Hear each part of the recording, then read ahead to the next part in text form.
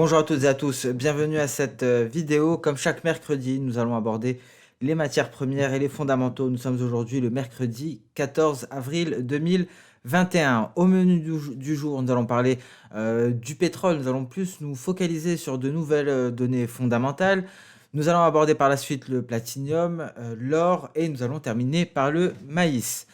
Nous allons donc commencer immédiatement par l'or noir, le pétrole. Alors, ce qu'il faut savoir, c'est que il y aura des livraisons de la part d'Arabie Saoudite, comme il était prévu initialement par les raffineurs en Asie-Pacifique pour le mois de mai. Donc, cela veut dire qu'il y aura une lente inversion des réductions supplémentaires de l'offre limitée en Asie et donc le potentiel d'augmentation des prix à l'exportation en est clairement limité. Alors il y a des écarts importants actuellement entre les prix du Brent et celui de l'indice de référence de Dubaï, ce qui pourrait pousser la Chine à un achat stratégique plus important de pétrole en provenance du Moyen-Orient.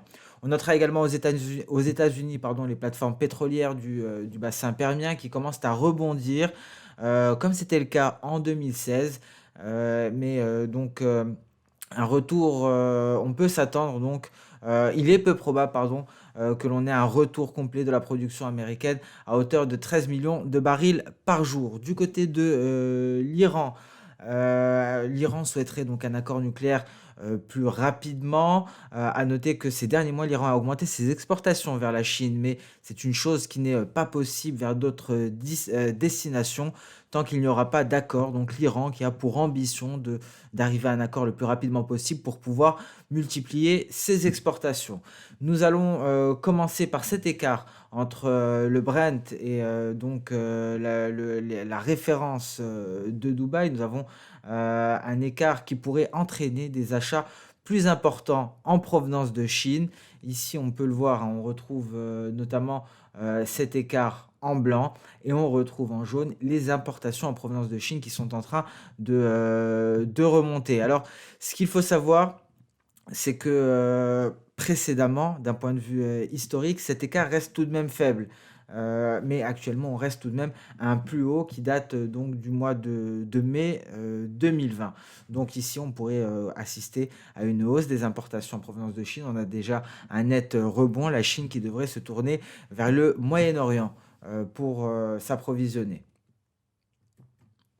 On notera également la production, les plateformes pétrolières aux États-Unis, plus particulièrement dans le bassin permien, qui rebondissent considérablement, hein. On est bien loin de retrouver la production précédente, mais ce net rebond vient nous rappeler ce que nous avons connu ici en 2016, hein. On a en tout cas un démarrage, une augmentation, un début d'augmentation des plateformes pétrolières aux États-Unis qui ressemble à la dynamique que nous avons pu constater en 2016 et bien entendu hein, une augmentation des plateformes pétrolières dans le bassin permien, une poursuite de l'augmentation de ces plateformes pétrolières induit donc une probable augmentation de la production aux États-Unis.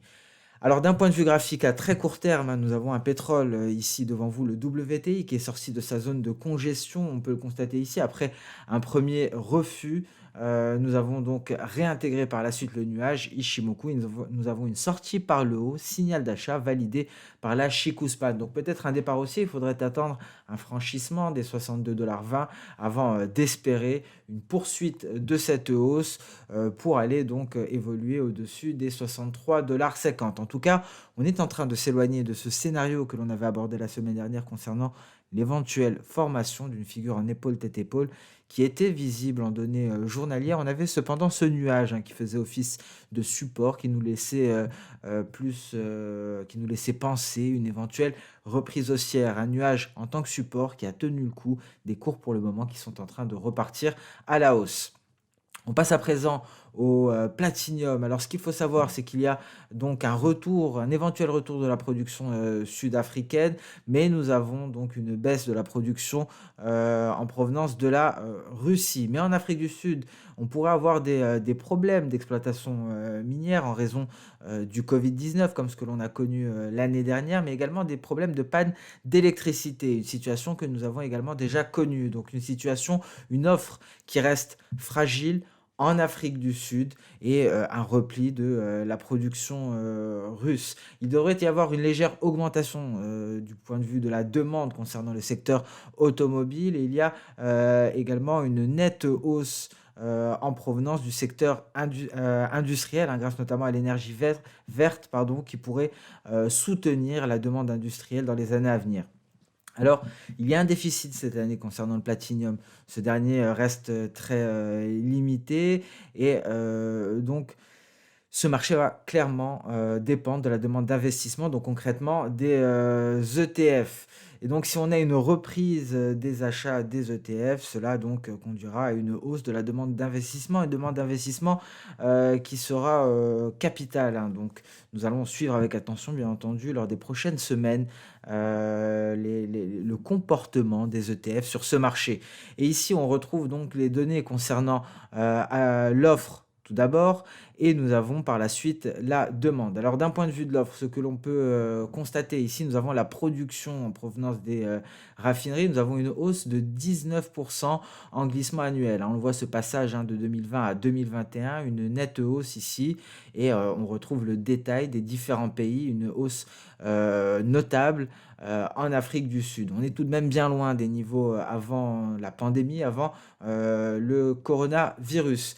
Alors, à noter également l'offre en provenance du recyclage ici qui est en hausse, hein. Nous avons une petite hausse de 6 entre 2020 et 2021, donc en glissement, annuel et donc d'un point de vue à présent de la demande. Il y a une augmentation, ici. Alors globalement, hein, on peut le voir, on a la balance ici, on va parler plus tard de la balance, mais on va s'intéresser au secteur, auto avec une hausse de, 25 et ici cette baisse, que l'on peut, d'un point de vue de la demande d'investissement. C'est ce qui sera crucial, c'est ce qui va nous intéresser par la suite. Pour le moment, elle est en baisse de moins 51 et une réelle reprise une réelle reprise de la demande d'investissement serait, capitale pour les cours du platinium. Il leur permettrait, d'évoluer, à la hausse et donc on a tout de même un déficit, hein, en 2021. Voici la balance, le total entre l'offre, et la, demande. Donc un déficit pour le moment, malgré donc le retour de l'offre considérable, un début de retour en tout cas, la plupart, hein, est notable, vient, de l'Afrique du Sud, mais prudence. Le problème, c'est que cette offre reste fragile, hein, nous l'avons dit, il y a toujours le coronavirus qui sévit en Afrique du Sud. On pourrait assister également à des pannes qui pourraient, donc nuire à cette, offre en nette hausse pour le moment de 28. Donc on gardera un œil bien entendu sur la situation de l'offre, notamment en provenance, des raffineries et bien entendu la demande, d'investissement qui sera, capitale. On passe à présent, ici sur les ETF. Alors les ETF que l'on retrouvera en rouge, on le voit ici en 2021, on se stabilise, quelque peu, hein, concernant, les ETF. Il n'y a pas eu de vente, hein, tout de même. On est resté à des niveaux, extrêmement stables. Alors, ce qu'il faut savoir également d'un point de vue des spéculateurs, les agents non commerciaux ici, hein, on retrouvera les acheteurs en blanc et les vendeurs en jaune. Ce sont des agents non commerciaux, donc ce sont des spéculateurs et donc ici, il n'y a pas de retour d'élan, de retour des achats, hein. On est en train également on s'est légèrement, replié en début d'année, on se stabilise, quelque peu et on notera, également que les positions courtes restent très basses, extrêmement basses même, hein. Ce sont des niveaux, que l'on a déjà connus, hein. L'année dernière, il y avait eu une légère reprise, en milieu d'année avant de se replier. On ne parvient pas à se reprendre au niveau, des shorts et donc prudence à un éventuel signal, contrarien. Alors à présent, on va aborder ce graphique. Alors excusez-moi, il est quelque peu chargé, donc je vais, m'expliquer. J'ai voulu donc intégrer 2 graphiques en un, pour avoir une meilleure visibilité. Alors ici en gris, on retrouvera donc ce sont des cours en données hebdomadaires et on retrouvera le nuage en gris, en données hebdomadaires. L'autre nuage en orange correspond au nuage mensuel. Alors il était important d'avoir cette, double vision parce que d'un point de vue hebdomadaire, nous sommes sortis du nuage par le haut, c'est un signal Ishimoku d'achat. Nous avons une Chikuspan qui s'est, désengagée de son dernier obstacle. S'en est suivi une hausse, considérable en weekly. On a atteint une résistance. Cette résistance, c'est l'extension d'un palier de SSB. SSB mensuel ici. C'est la résistance qui a repoussé les cours à la baisse en direction des 1165, pardon. Et c'est le 1165, ça correspond également à un palier de Kijun mensuel que je n'ai pas voulu ajouter sur ce graphique dans un souci de visibilité. Donc c'est le support à surveiller. C'est un support clé. Si on venait à le casser, on pourrait approfondir la baisse. On pourrait même effectuer un retour en direction du haut de nuages mensuels. Ça, c'est le scénario baissier. Le scénario haussier, quant à lui, sera conditionné à un passage au-dessus des 1265, ce qui permettrait à notre Chikuspan, donc les cours à la clôture 26 périodes, donc 26 mois dans le passé, de sortir du nuage par le haut et donc de valider le précédent signal haussier qui a été donné ici lorsque les cours sont sortis du nuage mensuel. Donc voilà pourquoi j'ai choisi de combiner deux Ishimoku, un hebdomadaire et un mensuel, parce que les deux unités de temps apportaient d'excellentes informations. Et donc, vous l'aurez compris, hein, nous sommes à l'intérieur d'un range avec pour borne supérieure ce palier de SSB aux alentours des 1265 et la borne inférieure correspond plus ou moins aux 1150 voire 1165. Et donc, il faudra attendre une sortie, une cassure d'une de ces deux bornes pour voir un des deux scénarios se concrétiser. On passe à présent sur le métal jaune. Un métal jaune d'ailleurs qui vient de casser un support. Le gold a cassé un support important et s'est éloigné d'une ligne de coup. On va en parler un peu plus tard. Alors, on est reparti à la baisse avec un dollar plus fort et des rendements plus élevés. On a un niveau de support clé qui se situe au-dessus des 1680-1700 dollars l'once. Alors, une baisse jusqu'à 1600 dollars l'once. Alors, c'est un scénario que l'on soutient depuis assez longtemps, mais pour arriver à ce niveau-là des 1600 dollars l'once, il faudrait donc une poursuite de la hausse du 10 ans américain. Il faudrait un 10 ans américain aux alentours des 2%. Et dans le cas inverse, si on venait à progresser au-dessus des 1740, 1755 dollars, d'ailleurs les 1740 ont été cassés très rapidement, il y a moins d'une heure de cela, s'en est suivi un léger sell-off sur le gold, 1755 c'est plus ou moins la ligne de coup d'un double creux.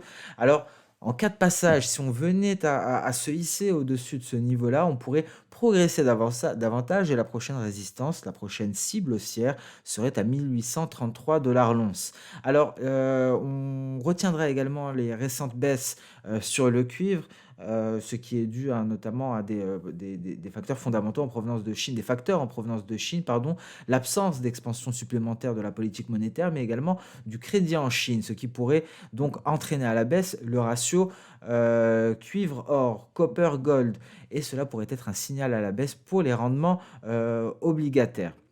Alors, le facteur clé, vous l'aurez compris, on a insisté là-dessus, notamment lors du Good Morning Market d'hier, qui a pour titre l'inflation aura le dernier mot. Et donc, l'inflation sera réellement le facteur clé pour ces rendements obligataires. Et donc, il faudra t'attendre de voir comment évolue la situation. Je vous rappelle que Jérôme Powell, les banquiers centraux, d'une manière générale, la Réserve fédérale américaine essaye de rassurer à ce niveau-là,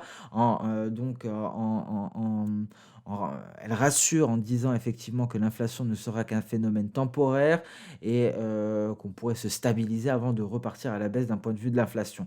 Donc ça reste à prouver, l'inflation sera un facteur clé, que ce soit pour les rendements, pour le dollar, pour les rendements du 10 ans américain, pour le dollar américain ou pour les métaux précieux, que ce soit le gold ou le silver. Alors ici, on peut voir que la consolidation des rendements obligataires et du ratio entre le copper et le gold consolide, hein. Il y a une réelle consolidation, on le voit ici, depuis à peu près la fin du mois de mars.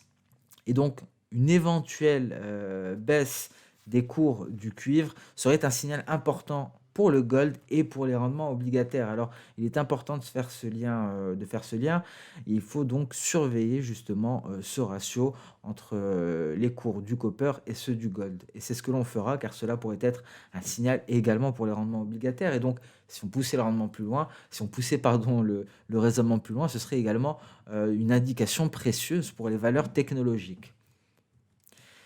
D'un point de vue, graphique, alors nous sommes à l'intérieur d'une zone de consolidation, hein, ici que l'on entre les 1 680 l'once et les 1 755 l'once environ, ou même 1 750.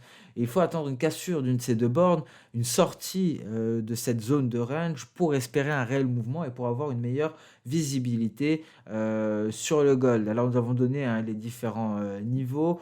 On s'est éloigné quelque peu de la borne, supérieure très, très récemment, mais on reste tout de même assez proche. On avait noté ici ce nuage journalier qui vient exercer une certaine pression baissière. Est-ce qu'on va aller chercher la borne inférieure très prochainement pour un nouveau test? Peut-être un triple bottom, un triple creux, à voir. En tout cas, avant cela, il y aura la Kijun à franchir. Et en cas de cassure de la Kijun, que l'on retrouve ici en bleu, effectivement, on pourrait envisager un retour vers les 1680. Et une cassure des 1680 serait un réel signal de baisse. Nous allons passer à présent sur le, maïs que nous avons pas mal abordé, dernièrement. Alors il y avait des problèmes, hein, de maladies, concernant le bétail en Chine et cela pourrait être un risque de taille, hein, pour, les exportateurs, de matières premières agricoles comme le maïs et le soja. Alors pour le moment, concernant les exportations, les attentes sont très élevées. Les stocks américains de maïs et de soja devraient être plus faibles à la fin de cette saison. Alors la météo sera cruciale, comme d'habitude, pour le maïs et celle dernière risque d'être moins avantageuse que prévu. Concernant les semis de maïs, nous ne sommes qu'à la phase initiale, hein, et donc ces derniers sont légèrement supérieurs à la moyenne sur 5 ans et sont à un plus haut qui date de 2020. Alors, il ne s'agit que de la phase initiale, encore une fois. Et les superficies ensemencées aux États-Unis sont passées de 2 à 4% selon les dernières données. Nous allons parler justement de ces dernières données ici. Nous avons pris connaissance récemment du rapport de l'USDA qui a montré une nouvelle baisse des stocks. On retrouve ici, hein, alors excusez-moi, je reviens, cette baisse des stocks, l'axe des ordonnées est inversé, hein. Donc lorsque l'on a une hausse ici, cela correspond à une baisse. Donc on a eu, une nette baisse, des stocks de maïs américain. C'est un sujet qu'on a, largement couvert, hein, lors du dernier matières premières et fondamentaux et c'est ce que nous allons surveiller encore une fois lors des semaines à venir pour ceux qui attendent en vue d'acheter le maïs et on va parler du niveau, crucial, hein, pour, ceux qui sont, bullish sur le maïs, ceux qui sont acheteurs sur le maïs. Nous avons effacé, hein, pour le moment les baisses initiales, de ce mois-ci. D'un point de vue de saisonnalité, la saisonnalité qui se base sur les dernières années, le maïs a progressé en avril et en mai au cours des 5 dernières années. Donc on pourrait voir la réalisation à nouveau de ce scénario et donc la clé serait donc une clôture au-dessus du retracement Fibonacci à 50%. C'est le niveau que nous suivons depuis assez longtemps, hein, ce retracement de Fibonacci qui est aux alentours de 575, il me semble. Je ne le vois pas très bien sur le graphique, 570, 575. Et donc, je ne vais pas me répéter, mais effectivement, comme on l'a dit, le but est de répliquer ces 2 rallyes haussiers. Pour le moment, nous sommes en train de marquer une pause. Souvenez-vous ici, hein, c'était le cas également. Les 575 étaient une résistance de taille. Et une fois que l'on a eu une clôture au-dessus, s'en est suivi une envolée des cours du maïs. Donc le maïs qui pourrait être très intéressant. C'est pour cela que je me permets d'insister dessus, hein. On en a parlé pas mal de fois dernièrement.